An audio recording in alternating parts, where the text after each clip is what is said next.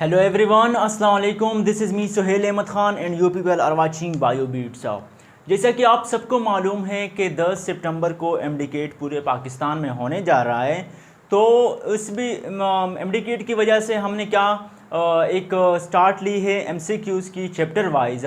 कल हमने स्टार्ट ली थी पहला चैप्टर जो सेल स्ट्रक्चर एंड फंक्शन था, वो कल के लेक्चर में हो गया था। ऑलमोस्ट 45 मिनट्स में हमने तकरीबन 70 एमसीक्यूज़ किए थे, कंसेप्चुअल एमसीक्यूज़ किए थे और इंशाल्लाह उससे आप लोग को बड़ा फ़ायदा होगा। आज जो हमारा चैप्टर है वो है चैप्टर नंबर 2 जो कि फ़र्स्ट ईयर का है और जो नाम है चैप्टर का बायोलॉजिकल मॉलिक्यूल्स। सो आज हम उसी के एमसीक्यूज़ करने जा रहे हैं। बड़े इंपॉर्टेंट एमसीक्यूज़ है, बड़े कंसेप्चुअल एमसीक्यूज़ है, बिल्कुल स्किप नहीं करना। उम्मीद है इंशाल्लाह, मैं ये यकीन के साथ कह सकता हूँ कि अगर इस चैप्टर में आप जो हम 70 राउंड अबाउट 60-70 एमसीक्यूज़ करेंगे 40-45 मिनट में, अगर ये सारे के सारे आप कवर करते हैं तो मुझे यकीन है कि इंशाल्लाह ये चैप्टर 80% आपका यहीं से हो जाएगा। सो आप लोग अटैच रहें लास्ट तक, वीडियो लास्ट तक देखें। इंशाल्लाह आप लोग के लिए बड़ा फ़ायदेमंद साबित होगा ये सारा कुछ। तो आइए चलते हैं अपने फर्स्ट किस चीज़ के तरफ, एमसीक्यूज़ की तरफ। पहले एमसीक्यूज़ में हमें कहते हैं कि without hydrogen bond water would boil it and freeze it. हमें पता है कि जो वाटर में क्या होती है, हाइड्रोजन बॉन्डिंग होती है, उसी वजह से 0 डिग्री पे वाटर फ्रीज होती है और 100 डिग्री पे क्या होती है, हमारे पास वाटर बॉयल होती है। लेकिन एमसीक्यूज में ये पूछा है कि अगर विदाउट हाइड्रोजन बॉन्ड, यानी अगर वाटर में हाइड्रोजन बॉन्ड ना होते तो कितने डिग्री पर फ्रीज होता पानी और कितने डिग्री पर बॉयल होता। तो ऑप्शन हमारे पास है कि -80 डिग्री एंड -100, बी है -70 -90, सी -60 -80 और डी हमारे पास है -30 एंड -40। तो बेटा ये याद रखे कि जो हमारे पास पानी है, पानी का हमारे पास बॉइलिंग पॉइंट हमारे पास है 100 डिग्री और जो फ्रीजिंग पॉइंट है वो 0 डिग्री है। लेकिन अगर हम इसके हाइड्रोजन बॉन्ड निकाल लेते हैं तो वाटर जो हमारे पास बॉयल होगा वो -80 डिग्री पे बॉयल होगा और जो फ्रीज होगा वो -100 डिग्री पे होगा। ये याद रखिए कि जब वाटर में क्या होंगे, हाइड्रोजन बॉन्ड रिमूव होते हैं, अगर ना होते खुदा न ख्वास्ता या तो वो क्या होते, -80 डिग्री पे इनकी बॉयल होती और -100 डिग्री पे वाटर फ्रीज होती। सही है। दूसरा एमसीक्यूज वाटर से रिलेटेड है, क्योंकि वाटर हमारे पास क्या है, यूनिवर्सल सॉल्वेंट है। ये भी एमसीक्यूज है कि which one is the universal solvent. Water दिया होगा फला फला फला, सो वाटर आप लोगों ने क्लिक करना है। Water is most heavy aid, यानी कौन सी डिग्री पे वाटर जो है उनका वजन सबसे ज़्यादा होता है। बड़ा इंपॉर्टेंट एमसीक्यूज है, लेकिन अगर आप यहाँ से नहीं सीखेंगे तो फिर आप गलत करेंगे डेफिनेटली। तो वो कहते हैं ऑप्शन है 8 डिग्री सेंटीग्रेड, बी है हमारे पास 12 डिग्री, सी हमारे पास 2 डिग्री और डी हमारे पास 4 डिग्री। तो बेटा ये हमेशा के लिए याद रखे कि वाटर का वेट कौन से डिग्री पे ज़्यादा होता है, 4 डिग्री पे हमेशा वाटर का वो जो वेट होता है वो सबसे ज़्यादा होता है। सही है, यानी सबसे भारी होता है वाटर। फिर उसके बाद तीसरे पे आते हैं कि द कार्बन बैकबोन दैट में contain from 3 to 7 carbon atom. A option है डाइसैकेराइड, बी मोनोसैकेराइड, 3 जो है ओलिगोसैकेराइड और डी जो है हमारे पास पॉलीसैकेराइड। तो बेटा अगर आपने बुक पढ़ा है, अगर आपने देखा है तो ये आपको एमसीक्यूज आता होगा, बड़ा इजी है। तो ये याद रखे कि जो 3 to 7 कार्बन चेन होती है वो हमेशा कौन से में होती है, वो मोनोसैकेराइड में होता है। कार्बोहाइड्रेट्स में आपने पढ़ा है कि मोनोसैकेराइड क्या चीज़ है, डाइसैकेराइड और पॉलीसैकेराइड क्या चीज़ है। तो बेटा ये याद रखिए कि जो 3 to 7 कार्बन एटम का चेन है वो कौन सी है, वो मोनोसैकेराइड। यानी मोनोसैकेराइड में 3 कार्बन हो सकते हैं, 4 हो सकते हैं, 5 6 7 तक हो सकते हैं, इससे ज़्यादा नहीं हो सकते। इसी में अब दूसरा एमसीक्यूज भी है कि ओलिगोसैकेराइड में अगर आपसे पूछे कि ओलिगोसैकेराइड में कितने हैं, तो वो है 2 to 10 कार्बन एटम। सही है, उनमें 2 to 10 होती है। और पॉलीसैकेराइड में जो हमारे सब यूनिट होते हैं वो मोर देन 10 होते हैं। तो यहाँ पर आपके 3 एमसीक्यूज हो गए। सही है। 3 to 7 मोनोसेक्राइड, 2 to 10 जब हमारे पास ओलिगोसेक्राइड, और पॉलीसेक्राइड जो है मोर देन 10। फिर आते हैं कि empirical formula of monosaccharide is, empirical formula पूछते हैं कि मोनोसेक्राइड का एम्पेरिकल फार्मूला क्या है। तो अगर आपने बुक में देखा होगा तो डेफिनेटली आपको आता होगा।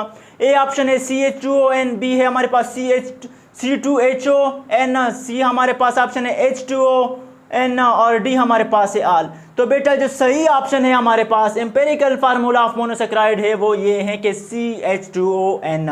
ये बाकी तो मैंने अपने आप की तरफ से सिर्फ उल्टा पुल्टा किया है। सो हमारे पास जो ऑप्शन सही है CH2ON हमारे पास एम्पेरिकल फार्मूला फॉर मोनोसेक्राइड।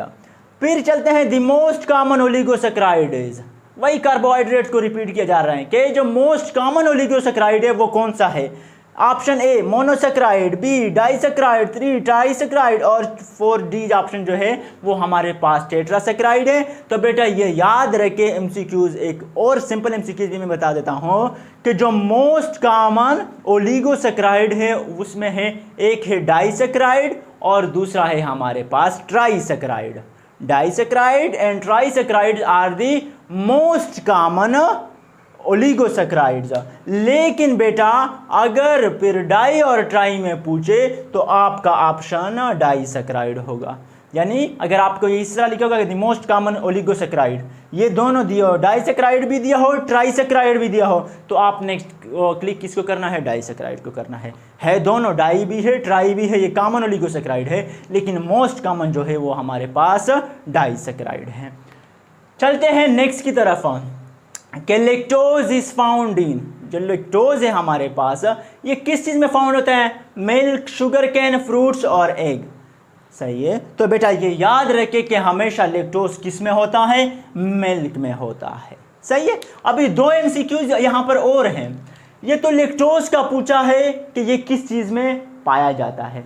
अगर आप लोग उसे यहाँ पे लिखे sucrose is found in, sucrose किस में पाया जाता है, तो बेटा वो ऑप्शन आपका होगा शुगर कैन। शुगर कैन में सक्रोज होता है, लैक्टोज जो होता है वो मिल्क में होता है। सही है। अब और एक तीसरा MCQs है, ये देखो 1 मिनट में मैं इंशाल्लाह 5 MCQs यहाँ से कराऊंगा। वो तीसरा कौन सा है, कहते हैं कि अगर यहाँ पर आगे कि maltose is found in, maltose कहाँ पर पाया जाता है, बेटा माल्टोज जो पाया जाता है वो फ्रूट्स में पाया जाता है। सही है। यहाँ तक समझ आ गई। ये हो गए 3। अच्छा तो अब चलते हैं, कहता है कि जो लैक्टोज हैं, क्या लैक्टोज हैं, ये 2 सब यूनिट से बने होते हैं। तो लैक्टोज कौन से सब यूनिट से बना है, बेटा ये याद रखे कि लैक्टोज बना है किस चीज़ से, ग्लूकोज प्लस गैलेक्टोज के साथ। मैं यहाँ पर लिख देता हूँ कि लैक्टोज जो है हमारे पास ये बना होता है ग्लूकोज प्लस गैलेक्टोज। ये आप लोग का चौथा MCQs हो गया। इस तरह 5वें में अगर पूछे कि लैक्टोज तो सही है, ग्लूकोज गैलेक्टोज से बना है, हमारे पास जो सक्रोज है वो किस चीज़ से बना है, तो बेटा ये याद रखे सक्रोज किस चीज़ से, ग्लूकोज प्लस हमारे पास फ्रक्टोज से बना है। ये 5 हो गए। छठा देखे इस MCQs में, अगर कहें कि माल्टोज किस चीज़ से बना है, माल्टोज जो फ्रूट्स में पाया जाता है वो किस चीज़ से बना है, तो बेटा वो बना होता है ग्लूकोज प्लस ग्लूकोज। 1 मिनट में 6 MCQs आपके हो गए। तो यकीन मानिए इंशाल्लाह अगर आप इसको करेंगे, हम 60-70 MCQs करेंगे तो आपका चैप्टर यूँ चुटकी में हो गया। सही है, ये हो गया। अब 7वां MCQ देखिए, glycogen is stored in, glycogen किस में स्टोर होता है, A option plants, B human, C animal, D both B and C. अभी आप लोग क्या करते हैं, आप लोग जज्बाती हो जाते हैं कि सर ये तो हमें आता है ग्लाइकोजन डायरेक्ट किस में स्टोर होता है, बुक में लिखा है कि एनिमल्स में, तो आप एनिमल्स को क्लिक करते हैं, लेकिन बेटा आपका आंसर गलत होता है। क्यों गलत होता है कि ये जो ह्यूमन का ऑप्शन दिया है ये भी तो एनिमल्स है हमारे पास, तो आपका ऑप्शन क्या होगा, बोथ बी एंड सी। अक्सर लड़के और लड़कियां जो भी होते हैं वो क्या करते हैं, एनिमल्स को क्लिक करते हैं और बड़े खुश होते हैं कि सर हमने तो वो टिक कर दिया है, लेकिन जब बाद में देखते हैं कि मैंने तो ये क्या किया है, एनिमल्स दिया है ऑप्शन और साथ में ह्यूमन भी दिया है, तो ह्यूमन भी तो एनिमल्स में आते हैं, तो both B and C correct option है ग्लाइकोजन। अच्छा यहाँ पर एक दूसरा MCQs है, ग्लाइकोजन तो स्टोर होता है किस चीज़ में, एनिमल्स और ह्यूमन में, यानी बोथ बी एंड सी में। अगर आपसे पूछे कि स्टार्च स्टोर्ड इन, स्टार्च कहाँ पर होता है, तो बेटा ये याद रखे कि स्टार्च प्लांट में स्टोर होता है।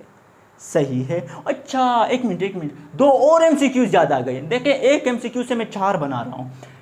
अब ये जो ग्लाइकोजन है ये हमेशा कौन से फॉर्म होता है, ब्रांच चेन में होता है या अनब्रांच चेन में होता है, तो बेटा ये याद रखिए कि ग्लाइकोजन जो है हमेशा क्या होगा, ब्रांच चेन में होगा। सही है। और जो स्टार्च है जो स्टोर होता है प्लांट्स में, वो बेटा ब्रांच चेन में भी हो सकता है और अनब्रांच्ड चेन में भी हो सकता है। तो ये भी हो गया यहां से।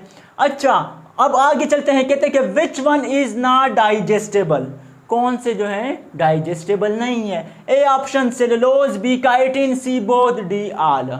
अभी ये मैंने सिर्फ ऑप्शन तो है सेलुलोज और काइटिन दोनों में, दोनों क्या है, नॉन डाइजेस्टेबल है, लेकिन ऑप्शन मैंने जो दिया है बोथ का भी दिया है, ऑल का भी दिया है। अब देखो फिर आप लोग क्या करते हो, जल्दी में होते हैं वहाँ पर कि यार मेरा टाइम गुजर रहा है, वो हो रहा है, टाइम बहुत ज़्यादा होता है। आप तसल्ली के साथ एक बार पढ़े, समझ आ गई तो सही है, क्लिक करें, नहीं आई तो दोबारा पढ़े, तीसरी बार पढ़े, लेकिन आप लोगों ने डायरेक्ट जल्दी नहीं करना। अभी ऑप्शन हमारे पास डी सही है। क्यों डी सही है, कि सेलुलोज भी से नॉन डाइजेस्टेबल है, काइटिन भी नॉन डाइजेस्टेबल है। सी ऑप्शन में मैंने बोथ दिया है, लेकिन डी में मैंने ऑल दिया है, तो ऑल का क्या ऑप्शन सही होगा। फिर कहते हैं कि human blood contains 100 mg of glucose पर डैश ml ऑफ ब्लड। तो बेटा ये बुक में बड़े वाज़े तौर पर लिखा है कि जो ह्यूमन ब्लड कंटेन करती है 100 mg ग्लूकोज पर मॉलिक्यूल, वो हमारे पास क्या है 100 ml ऑफ ब्लड पे करती है। तो ये आप लोग को आना चाहिए। आगे चलते हैं कि grapes contains as much as glucose, grapes अंगूर में कितनी ग्लूकोज होते हैं, तो ये भी बुक में बड़े वाज़े लिखा है। अगर आपने देखा है, अगर नहीं भी देखा तो मैं बताता हूँ मैं किस लिए यहाँ पर टेरा हूँ, मजाक कर रहा हूँ। और भी बड़े अच्छे टीचर्स हैं, सो मैं वैसे मजाक कर रहा हूँ। तो grapes contain as much as glucose, हमारे पास ऑप्शन है 25, बी 29, सी 27 और डी हमारे पास 31। तो बेटा ये याद रखिए कि ग्रेप्स में हमेशा क्या होते हैं, 27% ग्लूकोज पर कंटेन्स होती है, यानी मुश्तमिल होती है। आगे एमसीक्यूज है कि how many types of amino acids combine to each other forming protein molecule, कितने किस्म के अमाइनो एसिड आपस में मिलते हैं जिनसे क्या प्रोटीन मॉलिक्यूल बनता है। ऑप्शन है हमारे पास 30, बी 20, सी 40, डी 10। तो बेटा ये याद रखें कि जो अमाइनो एसिड होते हैं 20 different types of amino acids आपस में मिलते हैं, उनसे प्रोटीन मॉलिक्यूल बनती है। यानी 20 different types of amino acids आपस में मिलते हैं, उनसे हज़ारों की तादाद में, लाखों की तादाद में प्रोटीन मॉलिक्यूल बनते हैं। तो आपका ऑप्शन क्या होगा कि 20 है। उसके बाद कहते हैं कि डायमीटर ऑफ डीएनए इज़, बेटा अब ये चीज़ रटने वाली है, इसमें कोई वो नहीं है। ऑप्शन है हमारे पास 20 नैनोमीटर, बी है हमारे पास 2 नैनोमीटर, सी हमारे पास 2 मिलीमीटर और डी हमारे पास 20 मिलीमीटर। तो बेटा ये हमेशा के लिए याद रखे, एमसीक्यूज में आ सकते हैं क्योंकि डीएनए वगैरह इंपॉर्टेंट ऑर्गेनेली है। सो डायमीटर ऑफ डीएनए जो है हमारे पास ये 2 नैनोमीटर है। सही है, यहाँ तक समझ आ गई। आगे चलते हैं।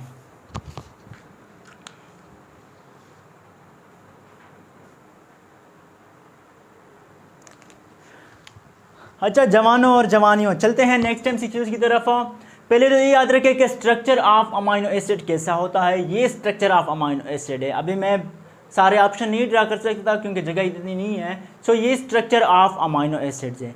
लेकिन बेटा यहाँ पर अब ये स्ट्रक्चर का मतलब सिर्फ ये नहीं है कि बस ये एक एमसीक्यूज हो गया। यहाँ पर 4-5 एमसीक्यूज अब मैं और बनाऊँगा, सो आप लोग देखते रहिए। सही है। ये जो एमसीक्यूज बेटा ये याद रखिए, मैंने ऐसे नहीं उठाए हैं, ये मुख्तलिफ पास पेपर से, मुख्तलिफ बुक से, फेडरल से, पंजाब, केपी, बलूचिस्तान, सिंध, ये सारे से मैंने मिला के कुछ एमसीक्यूज़ बनाई हैं चैप्टर वाइज, जो इंतहाई इंपॉर्टेंट एमसीक्यू है। सो इन्हें बिल्कुल स्किप ना करें। सही है। और साथ साथ में जो पीएमसी के पहले टेस्ट हुआ करते थे उनको भी मिलाए हुए हैं। सो बड़े इंपॉर्टेंट एमसीक्यूज़ हैं, इन्हें बिल्कुल किसी सूरत इन्हें आप लोगों ने स्किप नहीं करनी, सही है। अच्छा, तो ये स्ट्रक्चर है हमारे पास अमाइनो एसिड का। अगर अमाइनो एसिड के स्ट्रक्चर के बारे में आपसे पूछे क्वेश्चन में, तो आप लोगों ने जब ये स्ट्रक्चर जिस ऑप्शन में होगा तो आपने उसी ऑप्शन को क्लिक करना है।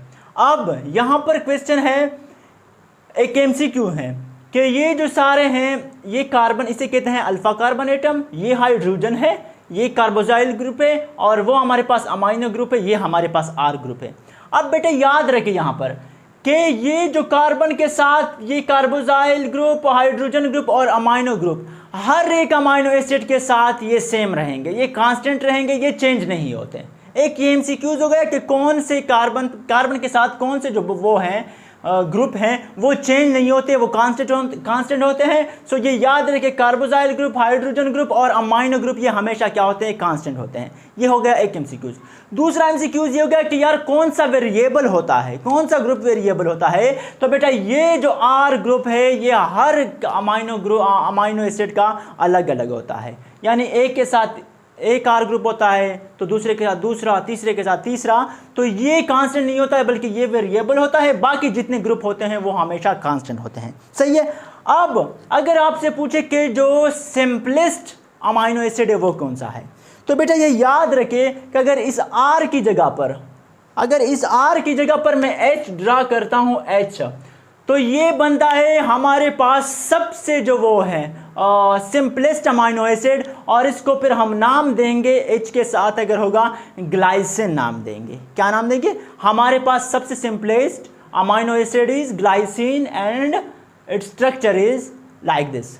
और उसके बाद अगर आपसे पूछे कि एलानिन का स्ट्रक्चर क्या होता है, अगर मैं इससे CH3 बनाऊं तो ये हमारे पास एलानिन का स्ट्रक्चर है, सही है। यानी ये R ग्रुप चेंज होता जाएगा, बाकी सारे के सारे कांस्टेंट होंगे। इस तरह आप लोग के बुक में और भी स्ट्रक्चर दिए हुए हैं तो उनको देखें कि उनके अमाइनो एसिड के स्ट्रक्चर कैसे हो गए, सही है। तो ये 4-5 MCQs आपके यहाँ पर हो गए। अब चलते हैं आगे, कहते हैं कि amino acid links to each other in a protein molecule.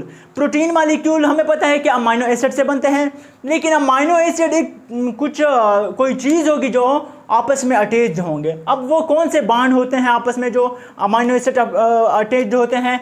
Peptide bond, B glycosidic bond, C hydrogen bond, D none of this. अब बेटा ये याद रखे कि जो अमाइनो एसिड आपस में अटैच्ड होते हैं to form a protein molecule, that is peptide bond.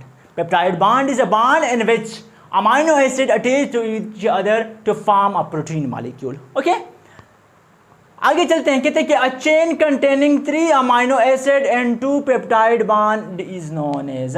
वो चेन जिनके पास 3 अमाइनो एसिड हो और उनमें 2 पेप्टाइड बांड हो, उनको हम क्या कहते हैं? ऑप्शन है dipeptide bond, B tripeptide, C हमारे पास टेट्रापेप्टाइड बांड और D हमारे पास ऑल ऑफ दिस। तो बेटा ये याद रखे कि जहां पर 3 अमाइनो एसिड होंगे और 2 पेप्टाइड बांड होंगे तो वो हमारे पास डाइपेप्टाइड बांड होगा। इसी तरह एक और MCQs है कि अगर इनकी तादाद अमाइनो एसिड की बढ़ाए 4 अमाइनो एसिड और 3 पेप्टाइड बांड कर दे तो फिर हमारे पास ऑप्शन होगा ट्राइपेप्टाइड बांड। अगर हम इसके और बढ़ाए 5 अमाइनो एसिड और 4 पेप्टाइड बांड तो हमारे पास क्या ऑप्शन होगा? Tetrapeptide bond. और अगर एक और MCQs हैं कि अगर यहाँ पर आ जाए कि a chain containing many amino acid and many peptide bond then it is known as, उसको फिर हम कहेंगे कि दैट इज पॉलीपेप्टाइड चेन या बांड, सही है। सॉरी, पॉलीपेप्टाइड चेन, बांड नहीं, डाइपेप्टाइड चेन, पॉलीपेप्टाइड, सही है। उसके बाद कहते हैं कि haemoglobin contains polypeptide chain. Haemoglobin में कितने पॉलीपेप्टाइड चेन होते हैं? तो ये बेटा याद रखिए हमेशा कि हेमोग्लोबिन में 4 पॉलीपेप्टाइड चेन होते हैं। 4, 2, 3, 8, 4 है हमारे पास हेमोग्लोबिन में पॉलीपेप्टाइड चेन, सही है। आगे चलते हैं। अच्छा, इसके साथ एक और MCQs याद रह गया। देखिए हर MCQs में दूसरा छुपा होता है। अब हेमोग्लोबिन के तो 4 पॉलीपेप्टाइड चेन है, लेकिन अगर आपसे पूछे कि इंसुलिन में कितने पॉलीपेप्टाइड चेन है, बेटा तो इंसुलिन में हमारे पास 2 पॉलीपेप्टाइड चेन होते हैं, सही है। आगे चलते हैं फिर कि silk protein is an example of. Shape के वाइज प्रोटीन को MCQs में आ सकते हैं, पूछ सकते हैं कि शेप वाइज प्रोटीन के कितने टाइप्स होते हैं? 2, 4, 6, 8। तो बेटा ये याद रखे कि as regarding to shape of protein it has two types. The one is fibrous protein and the second one is globular protein. सही है. तो आप पूछते ये हैं ग्लोब्यूलर और फाइब्रस का, यहाँ पे नहीं पूछते, यहाँ पर उन्होंने चेंज किया हुआ है. चेंज यूं किया है कि silk protein is an example of, कि सिल्क प्रोटीन जो है ये किस चीज का एग्जांपल होता है. ऑप्शन हमारे पास fibrous protein, B globular protein, C both, D none. तो बेटा ये याद रखे कि जो हमारे पास सिल्क प्रोटीन होती है वो फिब्रस प्रोटीन का क्या होता है, एग्जाम्पल होता है. इस तरह फिब्रस का और अगर एग्जाम्पल आपसे पूछे, केराटिन है हमारे पास जो नेल और हेयर्स में यूज होते हैं, केराटिन प्रोटीन, वो भी फिब्रस प्रोटीन का एग्जाम्पल है. एक्टिन हो गया, मायोसिन प्रोटीन हो गया, ये सारे के सारे फिब्रस प्रोटीन है. अगर आपसे पूछे ग्लोब्यूलर प्रोटीन का, तो हमारे पास हेमोग्लोबिन है जो ब्लड में ऑक्सीजन कैरिंग प्रोटीन है. हम haemoglobin is known as oxygen carrying protein in blood, so वो हमारे पास ग्लोब्यूलर प्रोटीन है. एग एल्बुमिन अगर पूछे तो वो हमारे पास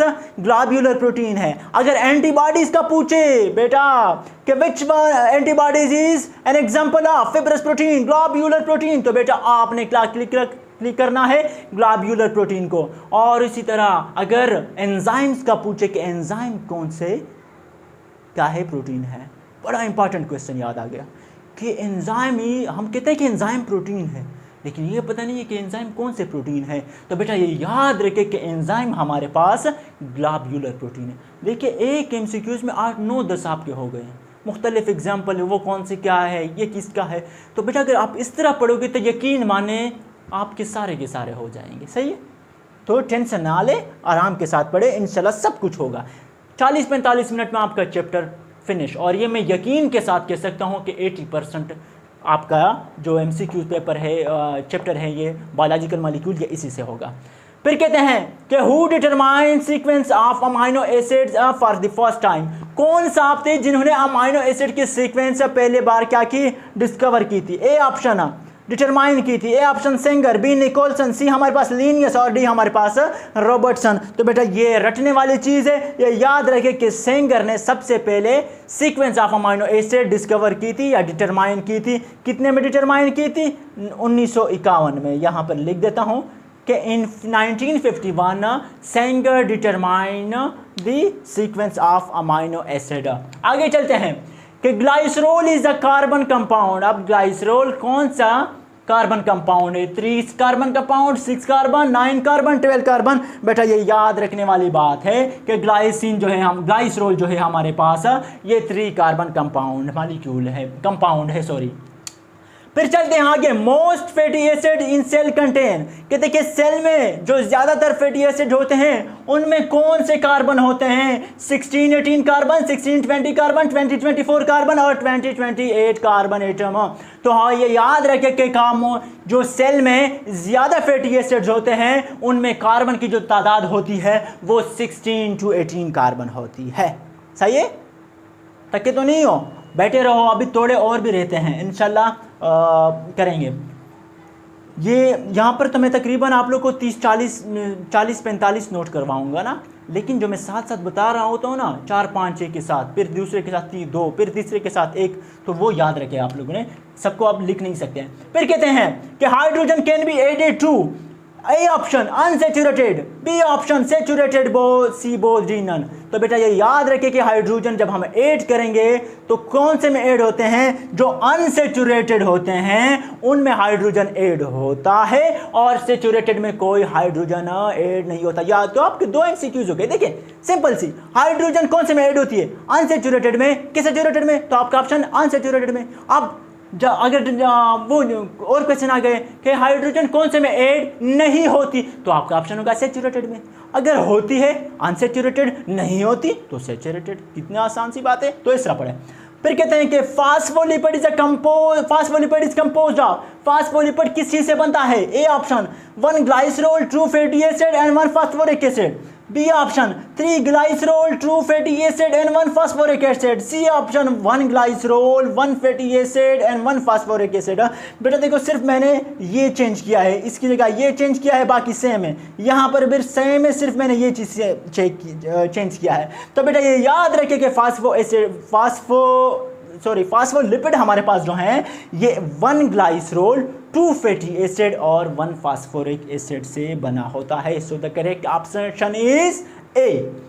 फिर चलते हैं 23rd की तरफ कि which one is soluble in water, कि जो फास्फेट है, हम क्या पढ़ते हैं ना, फास्फेट ग्रुप है, फास्फोलिपिड में पढ़ते हैं कि इसमें कौन से में क्या है, सॉल्युबल है वाटर में, पानी में कौन सा है। A option phosphate head, B option phosphate tail, C option phosphate arm, D all of the above. तो अगर आपने बुक में देखा है, आपने बुक पढ़ा है, तो आपको डेफिनेटली आता होगा कि phosphate head is soluble in water, water में सॉल्युबल होता है। और ये जो फास्फेट टेल है ये इनसॉल्युबल इन वाटर है, और ये क्या है, नॉन पोलर है, तो नॉन पोलर सॉल्वेंट्स में ये सॉल्युबल है। सही है। फिर कहते हैं कि वेक्सेस कंटेन्स होते हैं monohydroxy alcohol, dihydroxy alcohol, trihydroxy alcohol, and D option is tetrahydroxy alcohol. तो बेटा ये याद रखे कि जो वेक्सेस हैं हमारे पास ये कंटेन्स करता है मोनोहाइड्रोक्सी अल्कोहल के में। सही है। तो ये हो गए, आप थोड़े और रहते हैं, फिर इंशाल्लाह एंड करते हैं इसको, लेकिन थोड़े और रहते हैं। सही है, सब्र करें फिलहाल।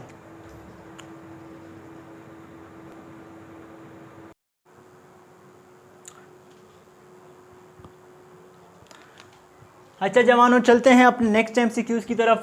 नेक्स्ट में कहते हैं कि the human body break beta keratin to form 2 molecules of, जो ह्यूमन बॉडी होती है वो बीटा केराटिन को की ब्रेक करती है, ब्रेक डाउन करती है कौन से मॉलिक्यूल्स में, कि उससे 2 मॉलिक्यूल बने। वो कौन से? A option vitamin A, B option B, C हमारे पास विटामिन सी, और डी हमारे पास जो ऑप्शन है वो है विटामिन डी। तो बेटा ये याद रखें कि जो बीटा केराटिन है हमारे पास, ये जो ह्यूमन बॉडी ब्रेक करती हैं विटामिन ए मॉलिक्यूल में। सही है। और इस तरह अगर आपसे पूछे कि जो अल्फ़ा केराटिन है उसका रोल क्या होता है, अल्फ़ा केराटिन क्या करते हैं, इन्हेंस करती है, जो इम्यून सिस्टम होती है उसको इन्हेंस करती है। सही है। फिर नेक्स्ट है हमारे पास कि ATP प्लस H2O, इनसे बनता है ADP प्लस फास्फेट गिव्स, यानी जब ATP एडिनोसिन ट्राईफॉस्फेट और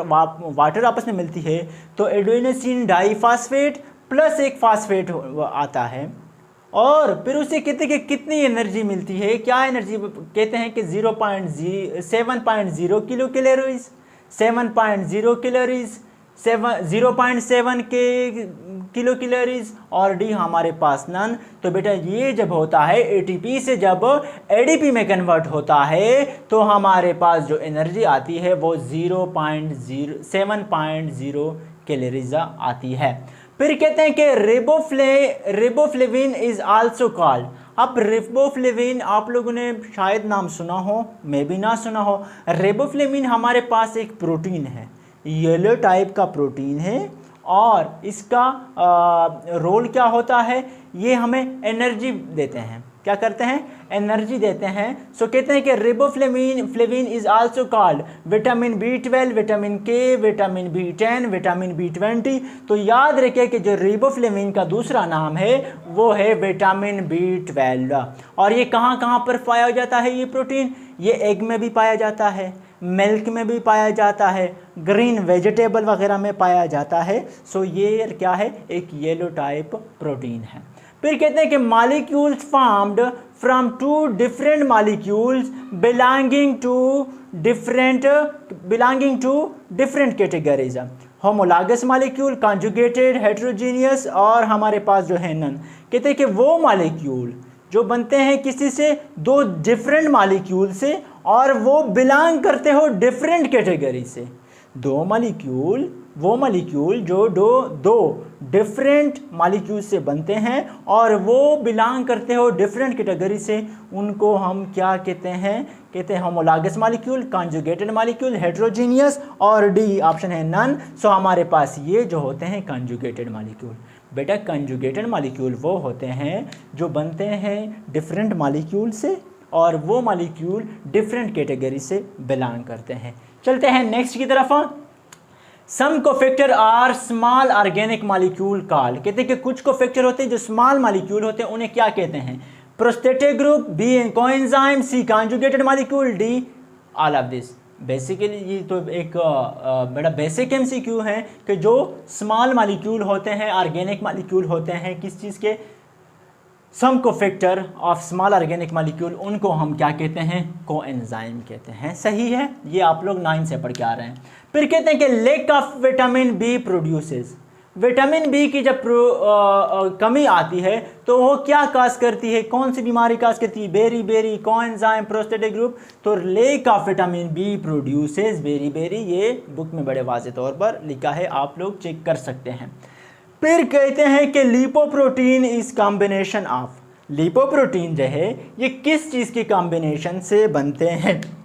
option A lipid plus and protein, B nucleic acid plus protein, C हमारे पास कार्बोहाइड्रेट एंड लिपिड, और डी हमारे पास कार्बोहाइड्रेट एंड प्रोटीन। तो बेटा याद रखें कि जो लिपोप्रोटीन बनती है वो लिपिड प्लस प्रोटीन से बनती है। अब इसमें 3-4 एमसीक्यूज और है, वो कौन से, कैसे। कहते हैं कि लिपोप्रोटीन तो बन गई लिपिड और प्रोटीन से।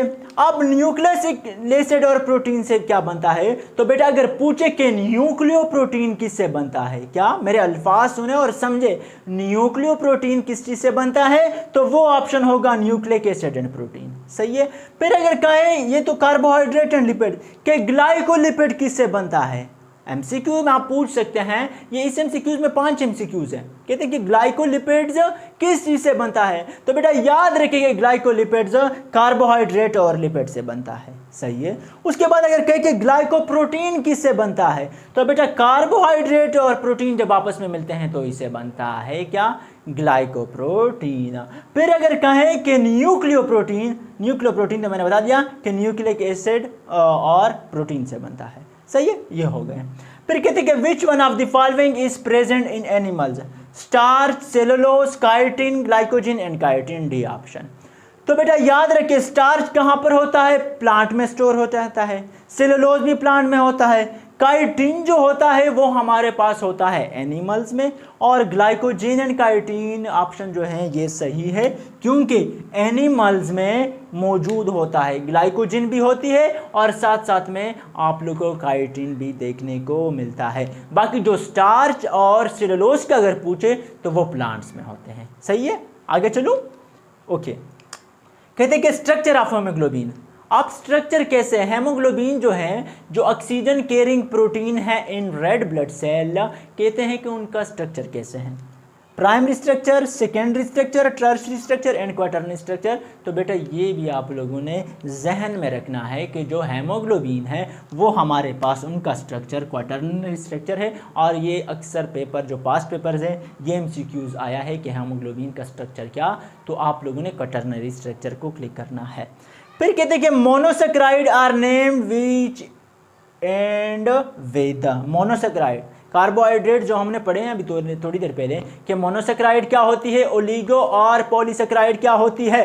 तो अब ये कहते हैं कि जो मोनोसेक्राइड है, मोनोसेक्राइड कितने कार्बन से बने होते हैं, 3 to 7 कार्बन। अगर ओलिगोसेक्राइड का पूछे तो 2 to 10 कार्बन, 2 to 10 कार्बन, और अगर पॉलीसेक्राइड का पूछे तो मोर देन 10 कार्बन। सही है। अब ये पूछते हैं कि monosaccharide the named which end with ase, ose, is, at. तो बेटा याद रखिए कि जो मोनोसेक्राइड हैं उसके लास्ट में आता है ओज। सही है। जैसे कि अभी अगर पूछे कि 3 कार्बन वाली को क्या कहते हैं, तो ट्रायोज, TRIOS, ट्रायोज। 4 का पूछे टेट्रोज, पेंटोज, और जो 6 को कहते हैं क्या कहते हैं, हेक्सोज, और 7 वाली जो लास्ट है हेप्टोज, जो हेप्टोज कहते हैं, OSE एंड में आता है। फिर कहते हैं कि which one is a double ring compound, adenine, thiamine, cytosine, uracil.